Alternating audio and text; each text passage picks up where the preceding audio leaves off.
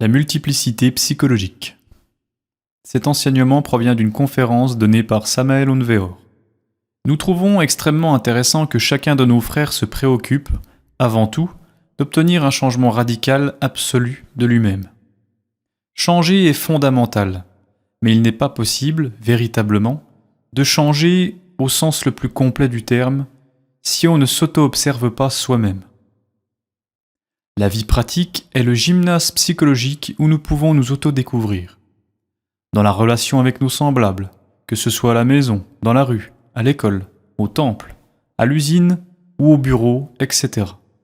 Si nous sommes en constante auto-observation, nous nous auto-découvrirons. Dans n'importe quelle circonstance de la vie, les défauts psychologiques qui se trouvent cachés, bien à l'intérieur de nous-mêmes, affleurent. Si on ne les auto-observe pas, on ne peut pas non plus les auto-découvrir. Mais si on est en auto-observation psychologique constante, d'instant en instant, alors ces défauts peuvent être découverts. Ils affleurent de façon si naturelle, si spontanée, que, réellement, cela ne coûte pas d'effort de pouvoir les découvrir si nous sommes en état d'alerte perception, d'alerte nouveauté. Nous devons nous diviser en observateurs et observés. Une partie qui observe et une autre partie qui est observée.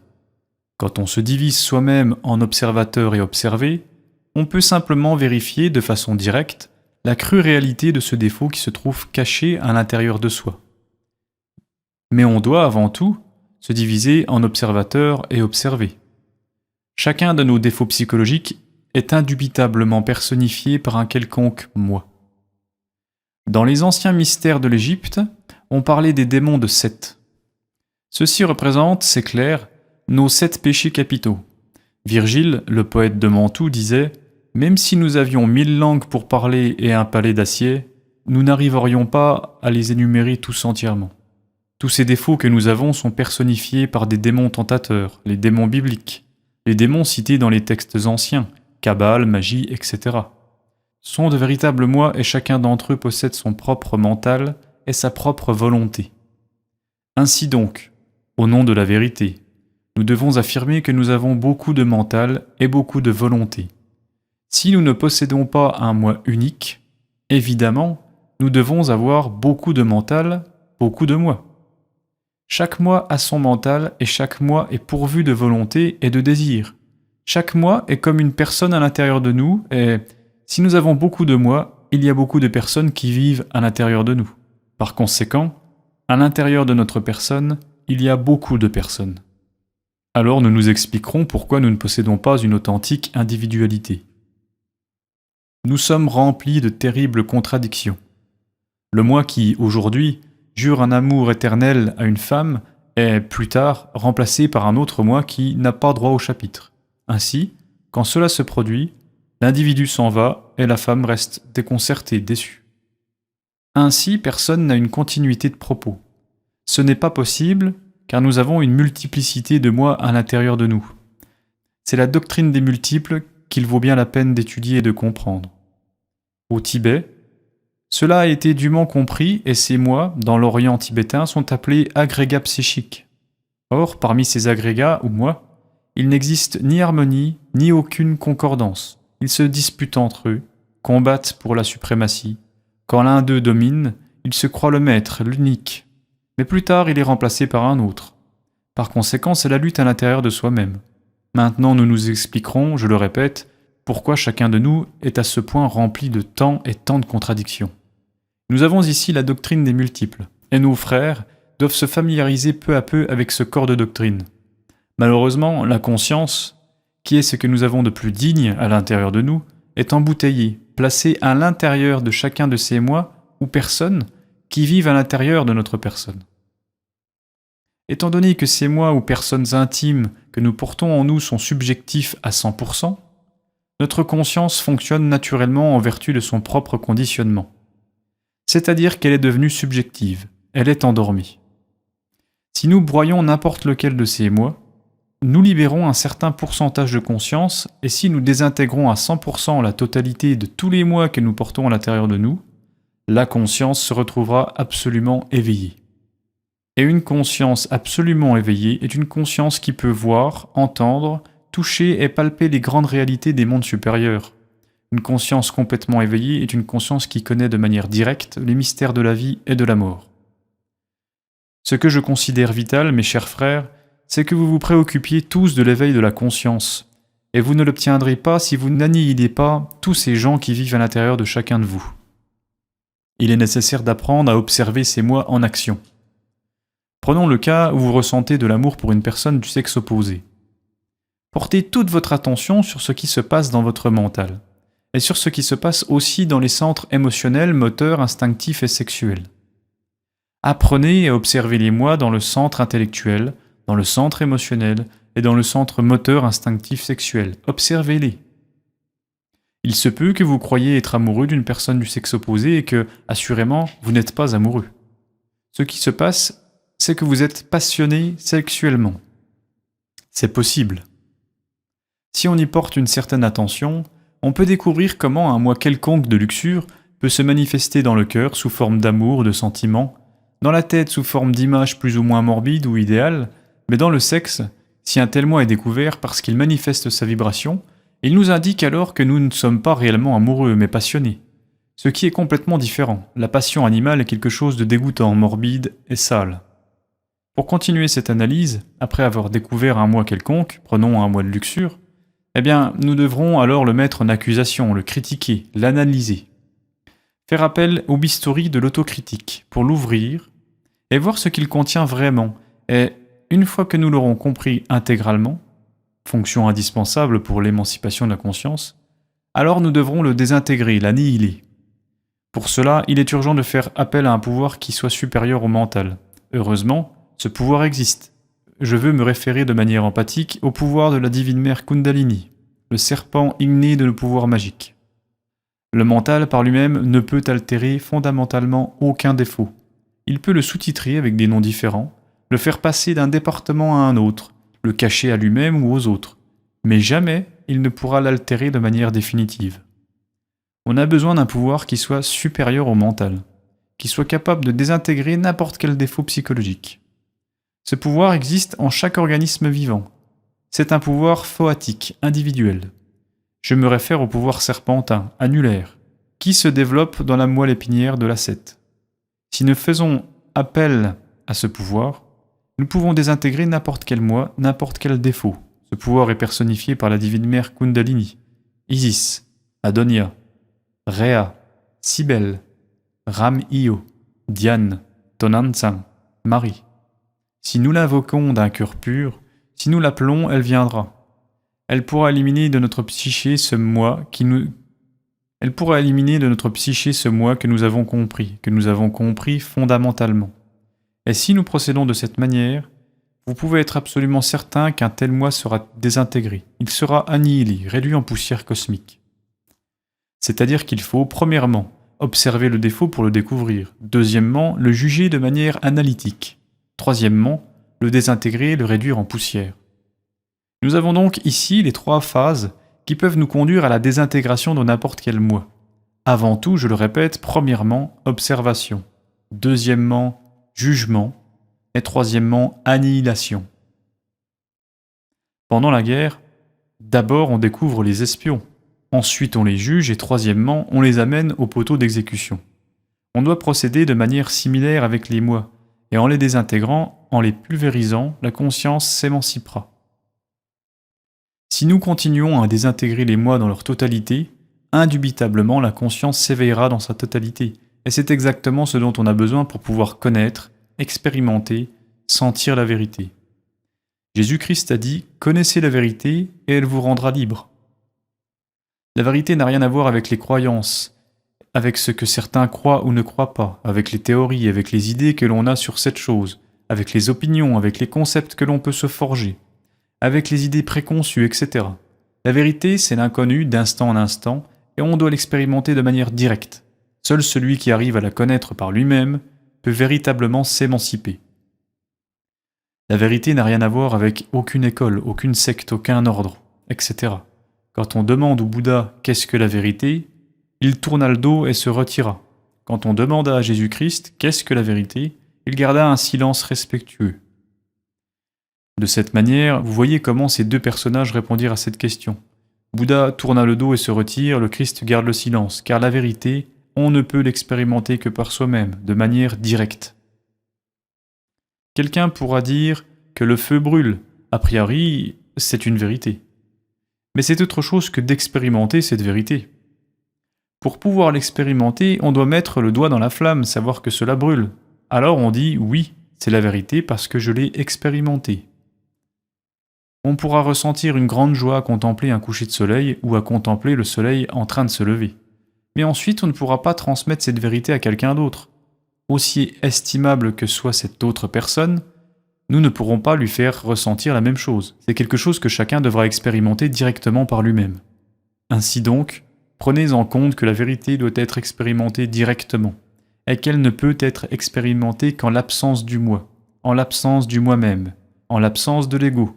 Tant que la conscience sera embouteillée dans l'ego, on ne pourra rien connaître de la vérité. On pourra avoir des opinions très belles sur la vérité. On pourra avoir des croyances que l'on pense être la vérité. On pourra avoir des idées sur la vérité, des concepts. Mais cela n'est pas la vérité. On doit pulvériser le moi-même, le soi-même, l'ego, mourir de manière absolue. Si on veut réellement arriver à savoir ce qu'est la vérité, il faut l'expérimenter, mais de manière directe.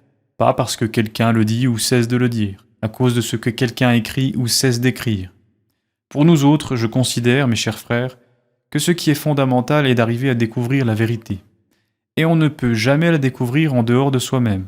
Celui qui ne la découvre pas à l'intérieur de lui-même ne la trouvera dans aucun pays de la Terre, nulle part dans l'univers. Mais s'il la trouve en lui-même, il la trouvera partout. La vérité vient à nous. Elle advient quand le moi est mort, et c'est là sa nouveauté. La vérité n'a rien à voir avec le corps, ni avec les sentiments, ni avec le mental. Elle est au-delà du corps, des sentiments et du mental. En désintégrant le moi-même, grâce au procédé indiqué dans cette cassette enregistrée, tous nos frères arriveront un jour à expérimenter la vérité. Quand on dissout l'ego de manière absolue, on acquiert la liberté. On arrive à connaître ce qu'est la liberté. Tant que l'ego n'est pas dissous, la conscience est complètement emprisonnée, formellement emprisonnée, enfermée dans un horrible cachot. Ce cachot est l'ego. Si on détruit le cachot qui est l'ego, la conscience devient libre, et ça, c'est fondamental. En finir avec ces fers qui nous maintiennent prisonniers à l'intérieur du cachot. Si nous y arrivons, la conscience devient libre. Une conscience libre peut expérimenter le vide illuminateur. Elle peut se précipiter dans ce vide sans fond où resplendit la lumière et écouter les paroles de son Dieu intérieur profond. Dans ce vide, il n'y a ni créature humaine ni personne. Là on entend seulement les paroles de l'Éternel, mais on doit libérer la conscience, l'émanciper. On a beaucoup parlé de la liberté. Combien de héros ont lutté pour la liberté de leur peuple? Mais ils ne savent pas ce qu'est la liberté parce qu'eux-mêmes ne sont pas libres.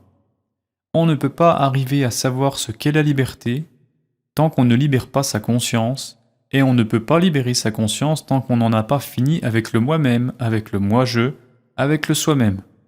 Tant que ce qui est moi, tant que ce qui est moi-même, ma personne, moi, existe, je ne saurai pas ce qu'est la liberté. Mais si la conscience parvient à se libérer du moi-même, si nous réduisons en poussière le moi-même, si nous le pulvérisons, la conscience se retrouve libre et on en arrive à savoir ce qu'est vraiment la liberté. Une liberté qui ne connaît ni limite, ni contour. Une liberté sans fin, une liberté éternelle. Dans cette liberté se trouve la félicité, une félicité inépuisable. Les gens ne savent pas ce qu'est la félicité. Ils confondent la félicité avec le plaisir, alors qu'ils sont différents. On ne peut pas connaître réellement la félicité tant qu'on ne parvient pas à libérer la conscience. Tant que la conscience n'est pas libre, on n'est pas heureux, et pour que la conscience soit libre, on doit détruire les fers qui la maintiennent prisonnière dans la prison de la douleur. Cette prison est le moi-même, le moi-je, ma personne, mes propres sentiments, mes désirs, mon propre mental tourmenté, mes préoccupations, mes haines, ma luxure, mon égoïsme, mon envie, mes ressentiments, moi-même, mes propres sentiments, mes projets, mes propres désirs. Tant qu'on n'arrive pas à détruire ce que je suis, moi-même, ma conscience sera prisonnière.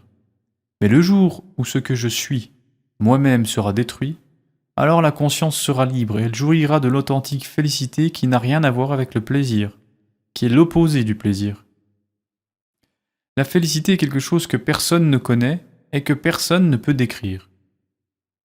Le mental ne sait pas ce qu'est la félicité. Le mental ne peut pas reconnaître la félicité puisqu'il ne l'a jamais connue.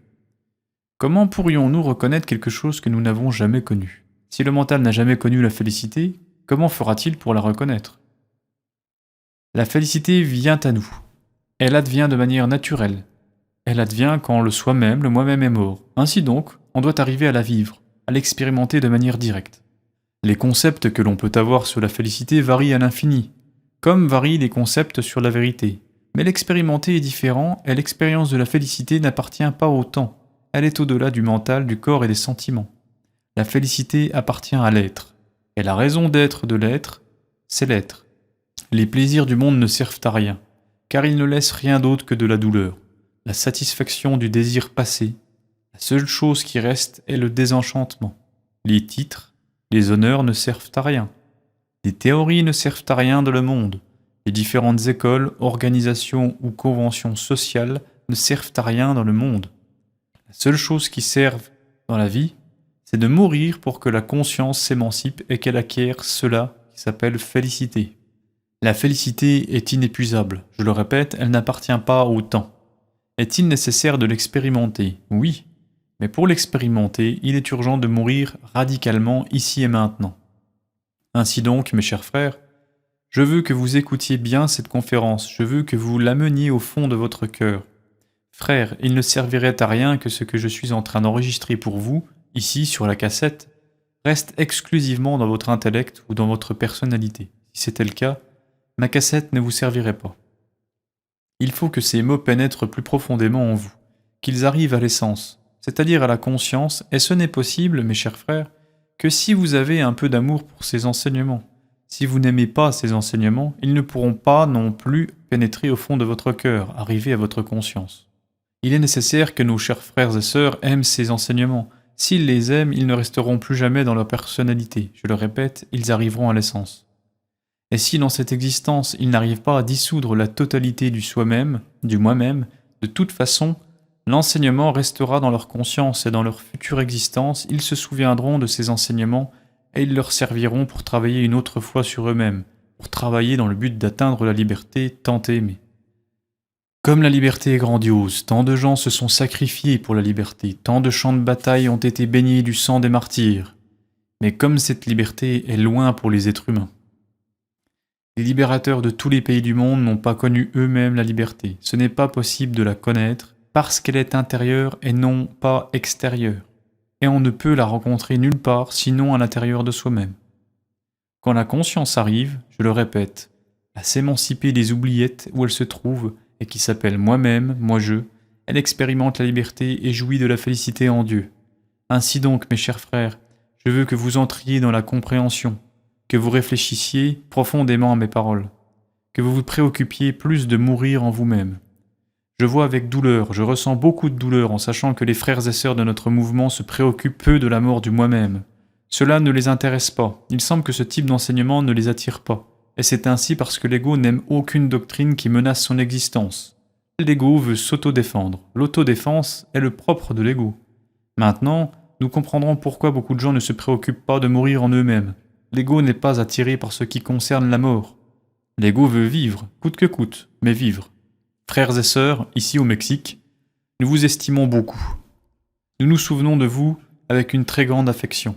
Nous aspirons à ce qu'un jour, tous ceux qui le désirent soient ici, avec nous. Bon, j'ai parlé à votre attention, mes chers frères et sœurs, j'ai enregistré cette cassette et j'espère que vous l'étudierez.